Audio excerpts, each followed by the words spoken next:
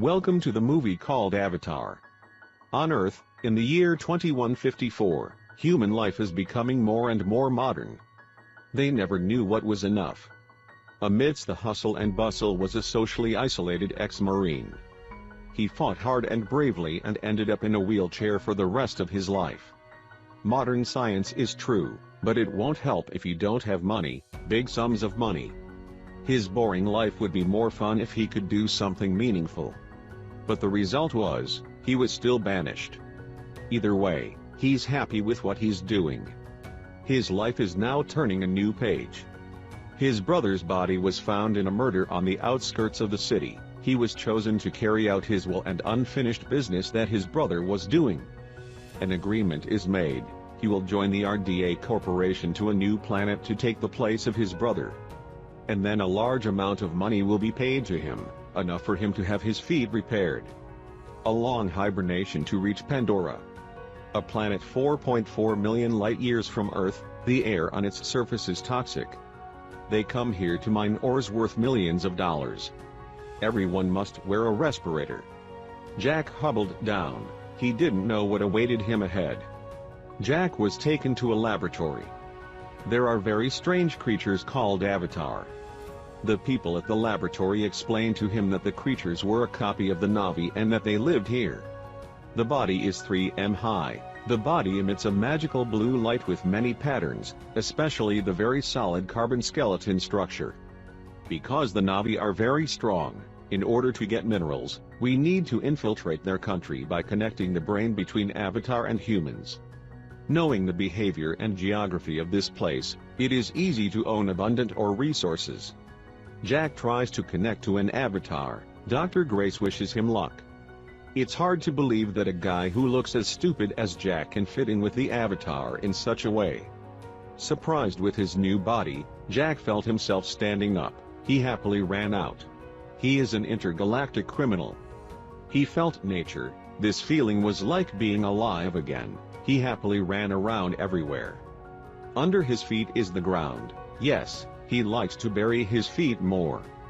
Dr. Grace is also here. She is another Avatar. Jack put the sweet fruit in his mouth, feeling the delicious taste. Jack fell asleep, his consciousness returning to his human self. As a former mercenary, he found this role-playing very interesting. It not only helps him experience but also comfortably run and jump with his own feet. Notice the perfect compatibility between Jack and Avatar. Colonel Quaritch, a rather cold-blooded person, said he would take Jack on a journey to survey the geology of this place.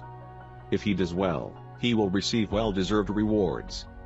The land of Pandora is so beautiful, even the ugliest ones have very good textures. Jack and the expedition crossed a waterfall, landing in a dense land. He and Dr. Grace observed everything around. Everything here is huge. It also has the same features as the Earth.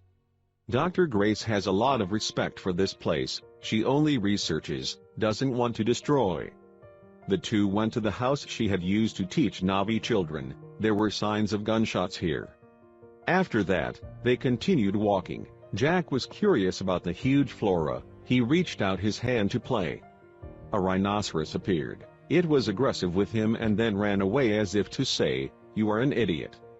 Jack thought it was afraid of Jack. He laughed happily. Unfortunately, behind him was a Donado. It screamed at the other rhinos in the distance. Losing the delicious prey, the Donado turned to look at Jack. The two chased each other through the forest. Finally, Jack lost his teammates. With survival skills trained as a mercenary, he was lucky to survive, but was stuck here. Perhaps tonight he will have to face many scary things here. In order not to be attacked, he lit a burning torch. The night hounds here seemed to crave him. They gathered to attack him with their sharp fangs. Jack risked his life to fight, with only a torch in his hand. But he can't fight them. Jack thought he was going to die in this place. At this moment, a Na'vi appeared, a cool-looking girl. She killed one hound, the rest just chased away. Jack escaped. Noticing something strange from this man, Neytiri, the daughter of the king of Pandora, asked him who he was and why he came here. She criticized him for causing an uproar in the place and causing her to kill an animal. Noticing that Jack is very mysterious, but strangely all the seeds of the soul are slowly surrounding him. Neytiri realized that this was an omen from the god Awa. She decided to take Jack to the tribe where she resides, where the Navi people live. Jack realized, this place is very beautiful at night. A long way to reach the Tree of Souls, the Navi dwell in this tree. No one liked him, especially Neytiri's fiancés. After some consideration, there was a certain connection that made Neytiri's mother decide to keep Jack, recruiting Jack to let him live with the tribe. Princess Neytiri will be responsible for training Jack to become a true member of the tribe.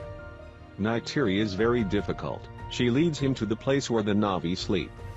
Avatar sleeping will be the time when Jack has to wake up. He is like a lost soul in the world of the Navi people. Dr. Grace was quite surprised by his return and survival. She couldn't believe that Jack had been adopted by the Navi tribe. This is perhaps an important step to make the investigation plan more convenient. This is perhaps an important step forward for faster research planning. Back to the tribe. Today, Neytiri will teach him how to ride a horse. It is quite difficult to start hunting and become a real hunter. Neytiri's fiancé hates Jack very much. He tries to mock and provoke Jack.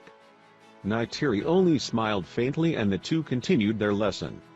After careful analysis, Colonel Quaritch determined the location of abundant or reserves located right under the Tree of Souls. Jack deciphers the structure of the tree, how the Navi climb. It is a tree with a structure that is very difficult to tear down. Seeing through Quaritch's thoughts, Dr. Grace knew that no peace would be kept here. She secretly convinces Jack to leave a lab car together and tells Quaritch that this is only to make research easier. Their destination was one of the beautiful hanging mountains. A safe place to hide. At Pandora, Neytiri continued to teach Jack how to master. She teaches him to ride a horse to become a true hunter. He has gradually become used to challenges, has the ability to listen to the underground circuit to see the connection between species. If he doesn't keep up with the lessons she teaches, Jack will be left behind. His survival skills are becoming more and more mature. She introduces him to the dragon Karen. To become a true hunter, he must choose a Karen for himself and it must also choose him. But how? When he is ready, it will only serve a master for the rest of its life when it connects its ears to the ends of his hair. Neytiri talks about the deep connection between humans and the jungle here, an energy system that runs through all living things. It is the energy of the god Awa. Everything is ready. Jack is now brave enough to take on the final challenge that every hunter must go through. That is learning how to ride a Karen. But to do that, he must first get to Karen's place. The road to Kara's place is as steep as the road to the sky. Jack panted, "This is a sky of dragons." Neytiri's fiancé suggested that Jack be the first to take up the challenge. The only way to know that Karen has chosen him is if it will try to kill the owner. Jack has only one chance. All Karen avoid him like they avoid COVID, only one of them stays. Karen seemed to be challenging Jack to catch it. Jack jumped on it to control. Karen frantically fought back. It knocked Jack down the mountain. Jack did not give up trying to tame it again. The two struggled for a long time, Jack trying to control it. Connection is formed. Karen can now understand Jack's language. It obediently listened to him. The first flight of Jack's life begins, which he will never forget. Sure. It took some time to get used to Karen. He and Karen got to know each other better, so the control also became easy. Overcoming the clouds, Jack first saw the Tree of the Soul, a forbidden area that no outsider is allowed to enter. When Jack can master riding Karen, they go hunting together. Jack is like a cold-blooded hunter in the air. Neytiri was very excited about it. All the effort she put into teaching this boy was not in vain. On the way back, they happily joked with each other. A giant Toruk attacked him and Neytiri. A dragon named the Last Shadow. If you meet it, you will never have a chance to see the night or the sun again. Toruk attacks Jack terribly. The two hide into the forest. Jack said Neytiri followed him into a net of roots in the forest. The Torek was helpless, it screamed and disappeared. They laughed with delight. Neytiri told him about the prehistoric Torek. The last person able to ride Torek was her grandfather. Everything with Jack seemed to be reversed. Everything is like a dream, but the world in Pandora is real. Because he was in Avatar for so long, he lost a lot of weight. Looking at his legs made him even sadder. Colonel Quaritch says thank you for your valuable information, you know this place completely. The rest he will do. Jack can now safely return to Earth and receive his deserved reward. Jack said he needed time to negotiate with the Na'vi to let them go instead of killing them to get the ore. Quaritch responded to him with a meaningless laugh. Spending time with the Na'vi tribe, overcoming challenges to become a professional hunter. Jack is officially merged, a man of Pandora, recognized and united by the whole tribe. Neytiri took him to the Tree of Souls, a sacred land to pray. Jack can feel the voice of his ancestors inside Awa. Neytiri began to suggest to him about choosing a girl for his life. But no, Jack has already chosen for himself. Neytiri understood. The two stood together happily and peacefully in front of the certification from the god Awa. They swore to be lifelong friends. They shared passionate kisses and fell asleep. When Jack sleeps, the real person in him wakes up. When Neytiri opened his eyes, she discovered that the Tree of Souls had been vandalized. She tried to shake Jack up but to no avail. All the best weapons were dispatched by Colonel Quaritch. Jack woke up, understood what was going on. He signaled them to stop, but no, Jack jumped up and smashed the camera and their control center. The things Jack did, Colonel Quaritch saw clearly. At this moment he was officially going to die. The magic tree was cut down, a heartbreaking scene occurred. Escaping and returning, Neytiri finds her father planning a battle to protect the clan. The Quaritch army breaks into the impact lab, causing Jack to pass out in an instant. Just waiting for that, Neytiri's fiancé wanted to end Jack's life because he knew these two were married. Jack is captured by Quaritch. He exposes Jack's betrayal, forgetting the original target agreed upon. Dr. Grace explains to Quaritch about this mystical connection. There are more connections here than neurons in the human head. So the Na'vi will do their best to protect it. The wealth in this place is not only on the ground but right around us. Please protect all species. Thinking Dr. Grace inhaled delusional drugs, Quaritch ignored all words. He decided to use war to get what he wanted. Witnessing the tragic scene, Jack was very pitiful, unwilling to see children and animals being killed. Jack asks Commander Selfridge to give him a chance to convince them. He has only 1 hour. Here, Jack said he was sent by God to negotiate with the clan. Please leave quickly before the army arrives. Neytiri was shocked at this fact. It turned out that Jack knew this day would come. He deceived her, deceived everyone. The whole clan was indignant. The one who hurt the most was Neytiri. She said he would never be one of ours. They decide to tie up Jack and Dr. Grace no matter how much he wants them to leave. The Na'vi will stay and fight. The power of humans is so terrible, an entire Pandora area has been ravaged to only fire, smoke, and black. Witnessing her subjects being killed, Neytiri's mother came to untie Jack and said, "If you are our son, save the forest." Many lives are killed innocently. Nothing is more sad than war. The common house that covered the whole sky of Pandora suddenly uprooted and shook. People see the tree stump leaning. The scene was really sad. Losing the magic tree is losing its roots. The Na'vi mourned in vain. They had to find a way to hide deep in the forest. Pandora is left with nothing. With nothing left to lose, a destroyed paradise. Only the crying and lamentation remained. There were no tears to express their sadness. Jack was very indignant and disgruntled. Neytiri saw her father's body lying on the ground. She was very sad. She chased Jack out of here, never to come back here again. Disappointed with himself, frustrated with all the good goals of a life that Jack had. Jack sees himself as a failure. Jack is once again taken out of the Avatar device by Quaritch. There is no other way. to secretly remove the laboratory from this place away from the dictator Quaritch. Unfortunately, Dr. Grace was hit by a shot. They quickly find a shelter to continue with the Avatar mission. An outcast, Jack is dropped into a place where no one can see, only Karen is still his.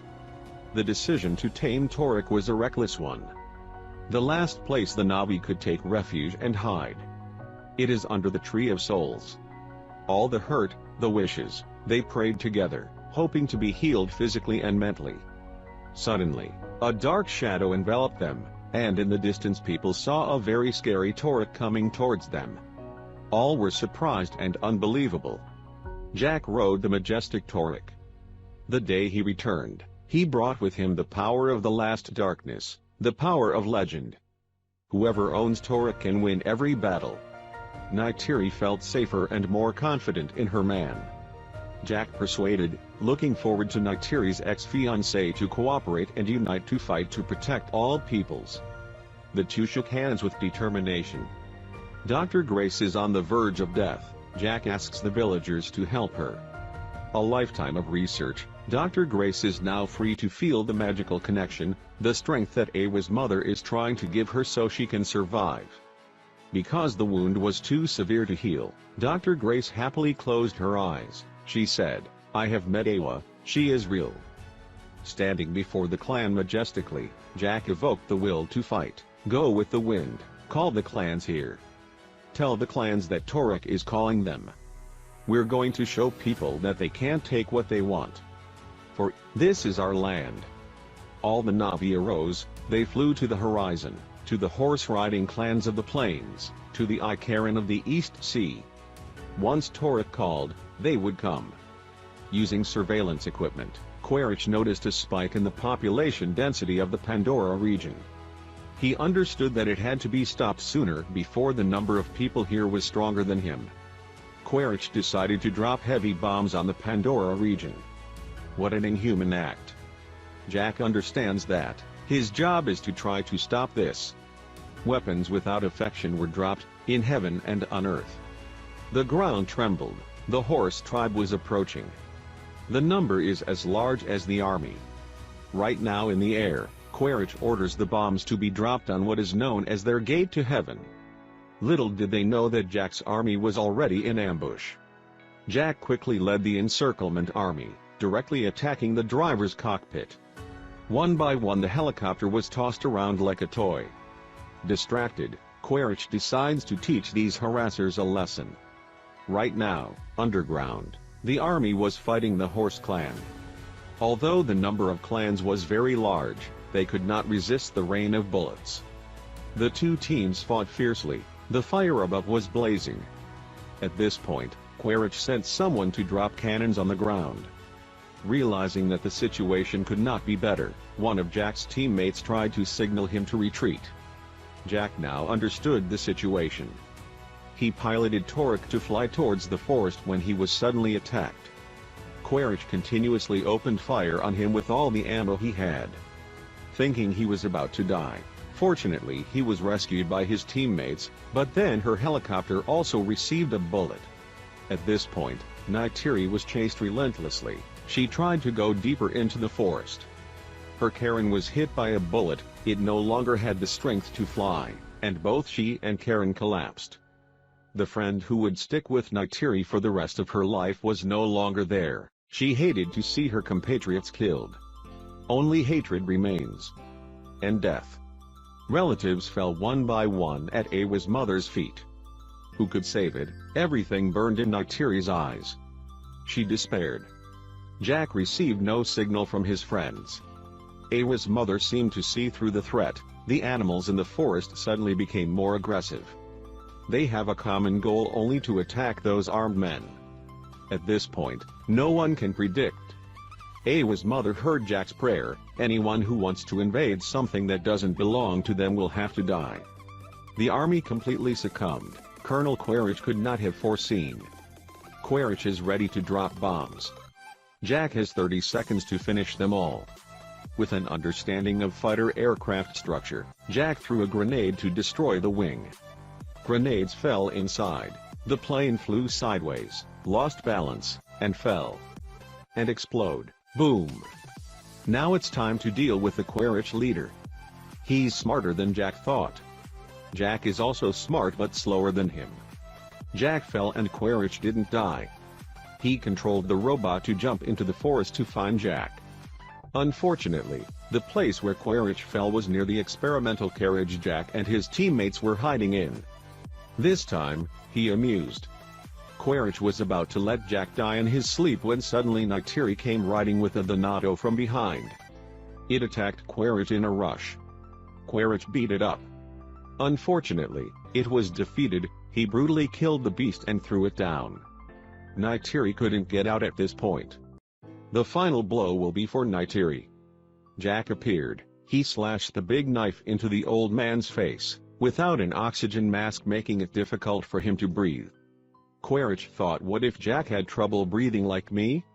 So Quaritch smashes open the door of the lab car, looking for Jack. Without waiting, Jack tried to stab Quaritch to death. It's not okay, his real self is really starved of oxygen, he's having a hard time breathing. Just waiting for that, Quaritch easily kills Jack with the knife. But the one who really had to die was him. Somehow, Neytiri managed to break free from the encirclement. She holds the bow to kill the dictator, Greedy. Not far away, Jack was trying to get out, looking for an oxygen mask, but he couldn't reach it. Realizing the real Jack is in there, Neytiri tries to find. This is the first time she gets to see the real him. Jack in the flesh was in front of her. Fortunately, he was still alive. Back to Pandora, Jack has a lot of work to do. Neytiri's ex-fiancée cedes the throne to him. He is dying and can't carry the kingdom. Hope Jack quickly end this pain. Humans are banished to where they belong and are not allowed to return. Under the Tree of Souls, the king of Pandora officially swapped his soul for the Avatar. Jack's life will forever belong to this sacred place. This is the end of the movie. See you in the next movie. Thank you for watching the movie.